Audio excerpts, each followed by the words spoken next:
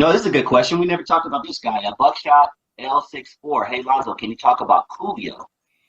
Coolio used to be at my house on a regular basis, hanging out with Dre on long before he made Gangsta Paradise. Coolio was from Carson, if I am mistaken. He would be around here all the time. He didn't have the antenna haircut. He just was a regular cat around here. And like so many other guys, when Dre left, they kind of disappeared. But he and I we were always cool. Don't have no real Coolio stories though, because back then it would be so many guys around my house. I didn't know them all. I knew their faces, but I didn't know them all. And he was one of those cats. He never caused no problems, so he never stood out. And then next thing I know, he blew up, and they said, he used to be at the house all the time. No shit. Okay. Damn, that's crazy. That's one more thing I wish we had pictures of the house party that was your house. You know what I'm saying? You always kind of use that reference of who came through your house. I wish there was just a snapshot of Coolio, Warren G, and KB, and Rodney and Joe Cooley, like just a crew. That would be so dope, man.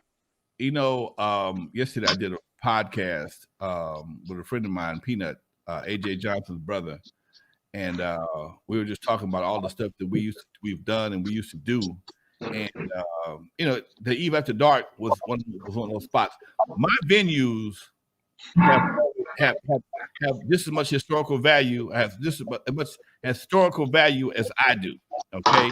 And that was one of the things that, you know, one of the comedians that was on the show was talking about. Regina was talking about, I need to do a documentary on Eve After Dark, and I need to do one about my house.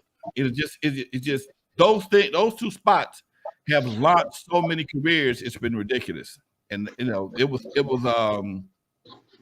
they have a life all their own, dude. A life all their own. Man.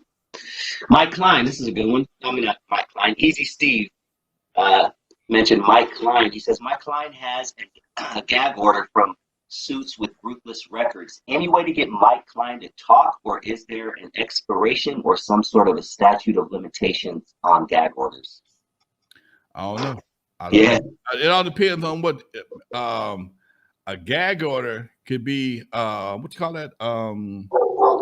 Do not, what you call that? NDR. Non-disclosure or something. Non-disclosure can be considered a gag order, depending on what you're talking about. Okay, a non-disclosure agreement can be considered a gag order, which means it's almost the same thing. It means that I gave you a check. I ain't saying I'm guilty, but don't tell nobody else why I paid you and what you did to get this check. So that may be what you're referring to, and if that's the case, it ain't gonna happen. It ain't gonna happen. Okay. And let me there was something actually that I wanted to talk with you about, because I know you always shed some good light on stuff like this. But Safari, a popular musician, recently reflected on buying a chain for $130,000 and reselling it for $50,000 when he went broke. He said in the caption, "I spent $133K on that chain. Not to brag, but I would never do anything like that again." Talk to me about that. Stupid is as stupid does, as my man Forrest Gump says. You can't. I've had this conversation in front of this camera numerous times, and these young guys, and it's not young guys, these guys, period, they get off on the bling, and they want custom made pieces. And I used to go to a jewelry store right there on Jefferson and Arlington. And the jewelry store was where all the pimps took all their stuff. Okay. You can buy all kind of pimp shit for pennies on the dollar. It's the same thing here. Okay.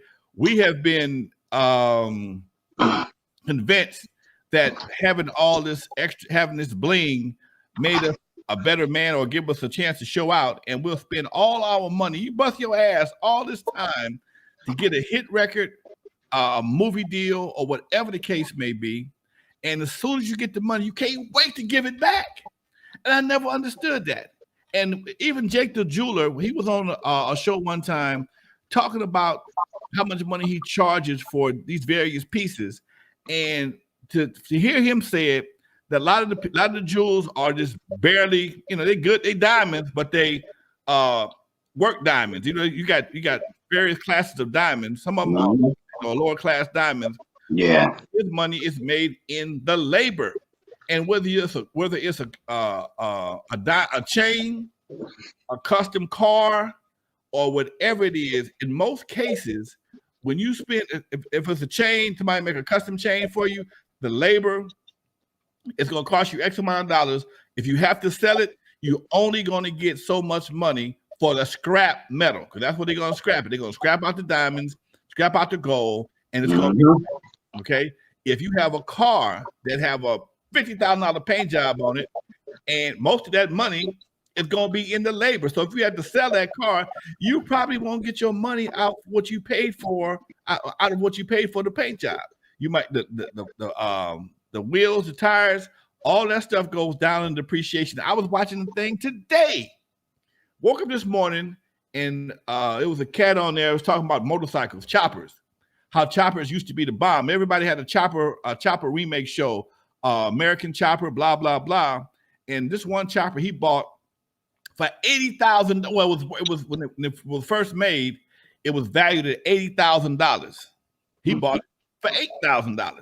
Okay. Same chopper that was once worth in the 2010, it was worth 80 grand. He bought it for $8. Okay. So that means somebody lost $72,000, but most of that money was in the time it took to do the job. Okay. It's an engine, it's a some 2 tires, gas tank, but to put that stuff together and to paint it and lay it out the way it is, but everything to make it look good takes a lot of hours, and that's what people get paid for. We're not talking about no minimum wage people. So, when you invest in stuff like that, usually you're on a way to losing some money. Okay, simple as that. And that's just how the game goes. And the jewelry situation is really I would think at this point in time, except for the internet,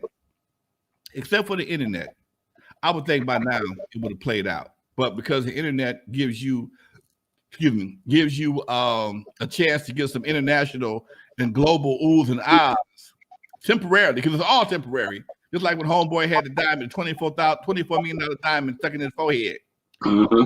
Now you got another fool got chains embedded into his skull. Nigga, please. Come on, man. This is what I'm saying. That's what I tell people when it comes to the antics of hip hop. It's not about the music. I ain't never heard one of this dude's songs yet. All I know is he got some solid gold chains attached to his brain. Okay. Now he could have just as easy had a gold chain wig made.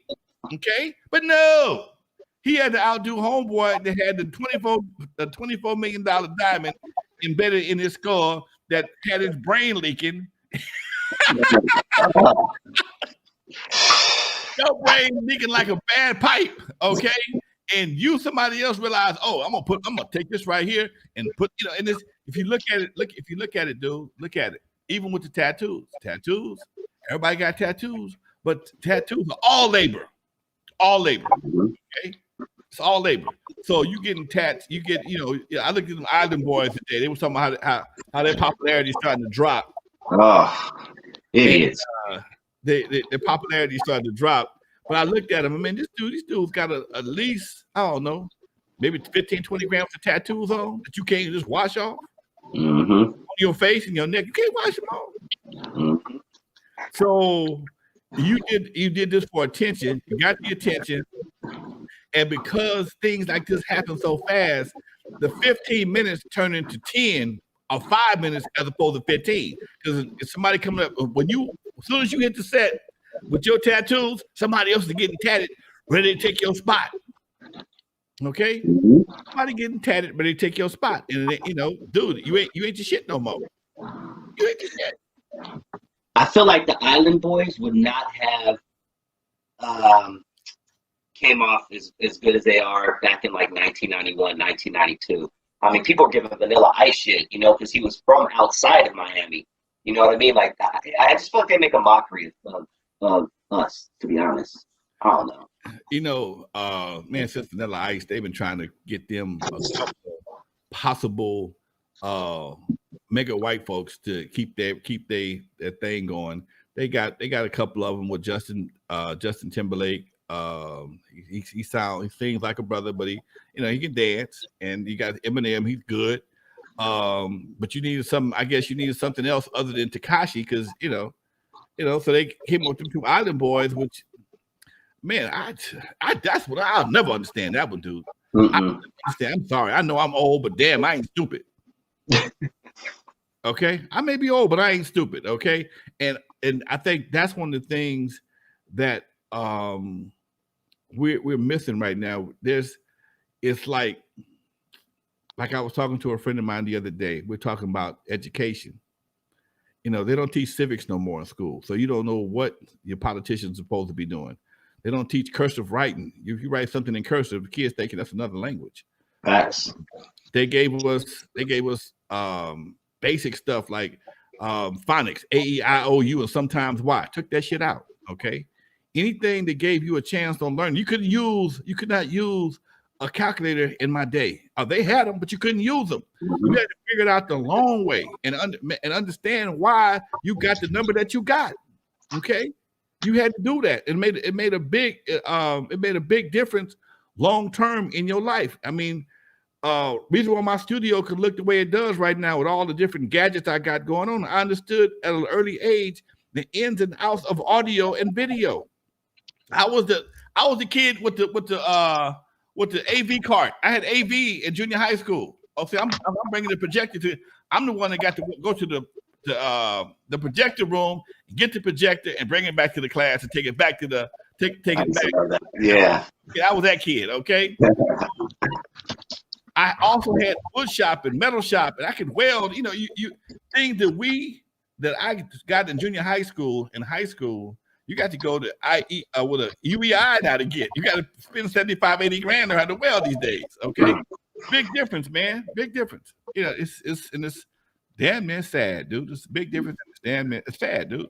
Yeah, biggest lie in history is when the teachers used to tell us, "You're not always going to have that calculator." It's just, I got my phone right here, man. I got my phone. I got a calculator, a translate. I don't need no Spanish. I translate my ass up. Say what? Hit me again. Here you go. Push Google Translator. Any language I need, I can figure it out. So, which is good and bad. It's convenient, but you ain't learned nothing. Nah. Nope. It's convenient, but you haven't learned anything. Okay? Yeah. So, yeah. What's up, Pat Elton? Lou Perez. Lou Perez has a good question. I think we talked about this before. I don't even know if you might know something about this. Lou Perez, is it true that Dr. Dre stole the idea of beats from Eazy E? Eazy E had the beats? Stole the idea of the Beats headphones. I don't know. No, I don't think so, because when I did that documentary, was it one with Jimmy Iovine, Defiant Ones? To my knowledge, Jimmy Iovine, Dre wanted to do some speakers. Okay, Dre wanted to do speakers. Jimmy Iovine was the one that said, "Man, no, do the headphones because everybody got these phones on the end," and that's how that came about, to my knowledge. Okay, of course, look at the documentary, Defiant Ones, and I will show up in there. But there's a part where Jimmy Iovine was saying Dre was talking about doing some speakers, because Dre has always been a loudspeaker dude. I mean, I got a picture that I bought years ago of a guy that I think it was a Memorex tape with this guy sitting back in the chair and his hair, the drape was blowing over, was sitting in front of Dre. That's him today. You say your studio, you can't hardly sit in that son of a gun because the music is so loud. So I don't know about that one, Doc. I don't know about that one. Yeah. OG Shags asked something last week. I'm getting to some questions from last week. If you wasn't doing music, what would you be doing, Lonzo? Oh shit, man, that's a good question. If it was up to my dad, I'd have been just retiring from Caltrans right now. I'd have a big old fat belly. That's right. I'd be gray as a son of a gun, and I'd just be retiring from Caltrans about a year ago, like my sister did. I thought about being a fireman. Okay. Thought about being a cop at one time. Man, I don't know, because I haven't had a job in so long. I don't know how to go to work. You don't know what a W-2 is? None of that shit. Paid vacation. All my money come 1099, man. So I've been doing that since I was 21 years old. So I don't know. That's a good question, dude. Yeah. Most people don't take the easy route, which is why there are very few successful people in this world. But why do you think you didn't take the easy route? You know, because you could, like you said, you had the hookup with Caltrans, you could have got that, boom, you know. I think it's something in my DNA, man, because I've never done anything that was really easy. I have the strangest, I got some of the strangest coincidences in my life. We was on world-class record crew was on the road. We brought a whole MIDI system. We never would just play by tape. Everybody else had a tape or a DJ. We wouldn't do that. I wanted to have something different. My last job, when I started weighing how much money I was making 5 days a week versus what I was making on the weekend, it didn't make sense. You know, I had a talent, I had a skill and a talent that allowed me to make money when in a time where money had a lot more value. Gas was only 79 cents back then, maybe $1, I don't know. But when you bringing home $162 a week, working 5 days a week, making $300 or $400, maybe $450 on Friday and Saturday, and it don't take a calculator to figure out. Well, and then then the next part is it ain't how much you make, it's how much you spend. Okay, if you can live on $162 a week, but you make it $400, you in position to win. Mm-hmm. Okay. Mm-hmm. Just because I made $400 or $450 didn't mean I spent $450. If I did, I bought me some turntables or speakers. I invested in myself, and then as I kept pushing, people kept bringing me more stuff. You know, it's just like it stopped making sense after a while. It stopped making sense, and I know that's hard to tell somebody who may have a job, and I have no problem with people that work. I have no problem with working. But for me, it was like the freedom of being able to not have to worry about going someplace you don't want to go. And sometimes I got to do shit I don't want to do. But back then, DJing and getting paid for it, man, I was in hog heaven. I'm in hog heaven right now. That's the main part. That's the main. Looking back in hindsight, you are happier than if you would have took that easy job and just be recovering. Dude, you know, if right now I'm on Facebook, on 4 YouTube channels, and I'm looking at myself on the monitors from the Homegrown Media Network, something that I own. Okay, that's my channel. Okay, now I don't have no sponsors yet, but I'm gonna have some because I'm able to create something from my own brain that's gonna translate into money for me and my family. And for me, that's very rewarding, man. And it's like it's the same thing you do when you build something. If you build something with your hands, that sense of completion and that sense of accomplishment is so rewarding. It makes you want to do it again. It's like a high, dude. And that's what I work off of. Yeah, that high, right? Huh? Oh, yeah. That high. I work off that high too. I feel you on that. That high. Sometimes I will take on a project at my house that I really don't have time to do, but I'll do it just for the sense of completion. I just floor in the house over here. I did these windows, and I really got time to do it, but I'll squeeze it in just for the hell of it. Like I said, even right now, y'all gonna see a lot more of me on Facebook and my television channel, only because I got all this shit here and I only use it right now 2 days a week. It almost don't make no sense. So yeah, I'll be on. I got another channel I'm starting, the Compton Chronicles. I'll be interviewing people from that. So it's just a matter of, like a guy told me a long time ago, do what you love for a living, and you'll never work harder than you. Okay, give people what they love, and they'll always love you. Or give them what they need, and they'll always need you. Those are my two mottos. Yeah. Damn, preach. If I have my mixer, I'll be hitting that button, boy. Oh yeah, yeah. John Taylor, Lonzo, did you ever work with? There it is. Lonzo, did you ever work with the Royal Cash? They made the song Radioactivity Rap. Nah, man, Raw Cash. I don't even. I can't recall them ever coming to Los Angeles, dude. I can't recall them ever doing a concert. If they did, they snuck in, opened the show from somebody else and left out. I wouldn't know a picture of them if I saw them. They had a dope ass song. I love the song. Radioactivity Rap, cold song. My boy Duffy Hooks did he did a radioactivity rap because back in the day that was a big thing. Every time somebody make a song, he would make a rap version of the same song. Cold, smart move. But I couldn't tell you those guys if they walked in here right down in my studio. I have no idea who they are.